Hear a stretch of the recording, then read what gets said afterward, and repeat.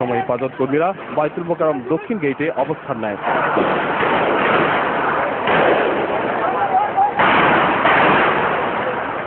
মুহুর্মুহু গুলির আওয়াজে আতঙ্ক ছড়িয়ে পড়ে পুরো এলাকায়। এক পর্যায়ে হেফাজত কর্মীরা বায়তুল মোকাররম উত্তর গেট থেকে ব্যারিকেড ভেঙে সামনে এগিয়ে আসলে পিছু হটে পুলিশ। পল্টন থেকে প্রেস ক্লাব, গুলিস্তান, বিজয়নগর ও নয়াপল্টন সহ আশপাশের এলাকায় ছড়িয়ে পড়ে সংঘর্ষ। রণক্ষেত্রে পরিণত হয় পুরো এলাকা। গুরুতর আহত হয় অসংখ্য হেফাজত কর্মী। অলিগলিতে টিয়ারশেল আর গুলি ছোড়ে নিরাপত্তা বাহিনীর সদস্যরা। খণ্ড খণ্ড ভাবে বিভিন্ন জায়গায় অবস্থান নিয়ে বিক্ষোভ করে হেফাজত কর্মীরা। ঘণ্টার পর ঘণ্টা পল্টন, বিজয়নগর এবং কাকরাইল পর্যন্ত চলে ধাওয়া পাল্টা ধাওয়া। এ সময় পল্টন মোড় থেকে পুলিশ একের পর এক টানা গুলি চালায়। আহত হয় শতাধিক আর মারা যায় বেশ কয়েকজন।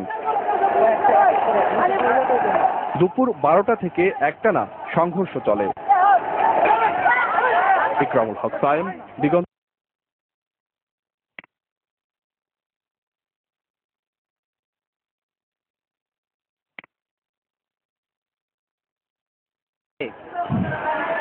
এত ভয়াবহ ঘটনা ঘটছে এবং পুলিশ ব্যাপক গুলি বর্ষণ করছে, এত ইনজিউর্ড মানুষ আসছে, এত ফ্র্যাকচারের রোগী আসতেছে যে একসঙ্গে এত ক্যাজুয়ালিটি আমাদের পক্ষে ম্যানেজ করা খুবই দুরূহ ব্যাপার হয়ে পড়েছে।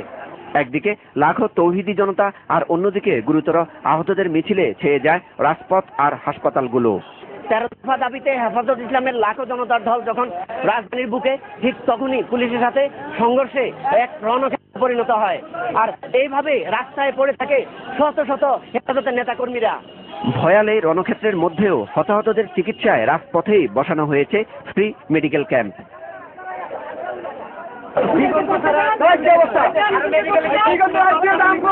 নিহত এবং আহতদের নিয়ে দিক বিদিক ছুটছেন হেফাজত কর্মীরা।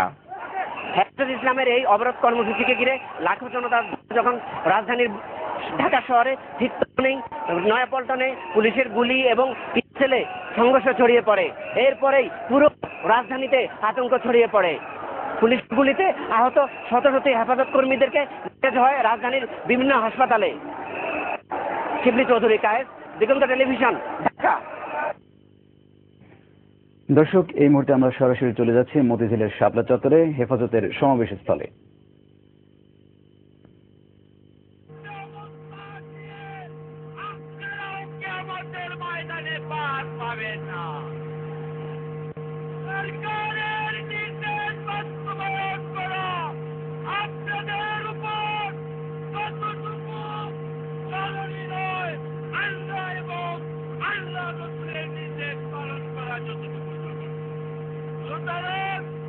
আপনারা যদি মুসলমান হন আর একটি গুলিও আমার কর্মী ভাইদের উপর চালাতে পারবেন না।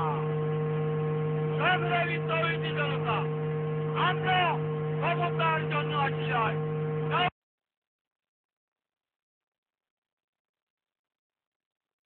নামানোর জন্য আসি নয়। আমাদের আন্দোলন ছিল শান্তিপূর্ণ।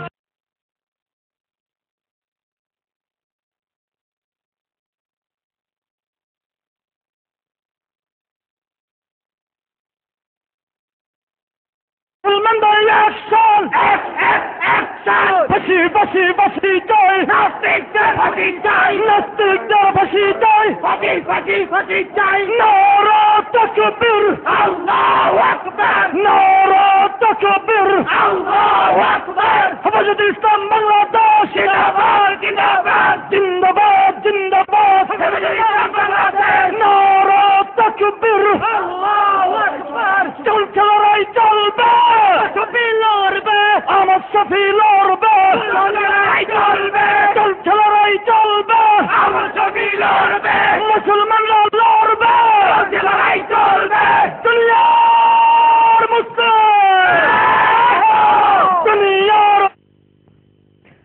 দর্শক, আপনারা এতক্ষণ দেখছিলেন মতিঝিলের শাপলা চত্বর থেকে হেফাজতের সমাবেশের কিছু অংশ। আমরা চলে যাচ্ছি অন্য প্রসঙ্গে। এদিকে এর আগে অবরোধ কর্মসূচিকে সফল করতে সকাল থেকেই রাজধানীর 6টি প্রবেশ পথে অবস্থান নেয় হেফাজতে ইসলামের কর্মীরা। বন্ধ হয়ে যায় সব ধরনের যান চলাচল। দুপুরে মতিঝিলে সমাবেশের অনুমতি পাওয়ার পর সবকটি স্পট থেকে লাখো লাখো মানুষের মিছিল ছুটে চলে শাপলা চত্বরের দিকে। এ সময় তাদের কণ্ঠে ছিল ইসলাম অবমাননাকারীদের শাস্তির দাবিতে নানা স্লোগান। এইচ.এম. নাহিয়ানের রিপোর্ট।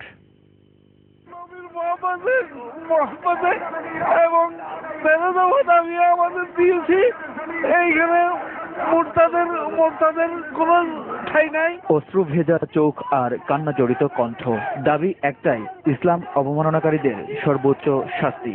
৮০ বছর বয়সের লুৎফুর রহমান, যে বয়সে তার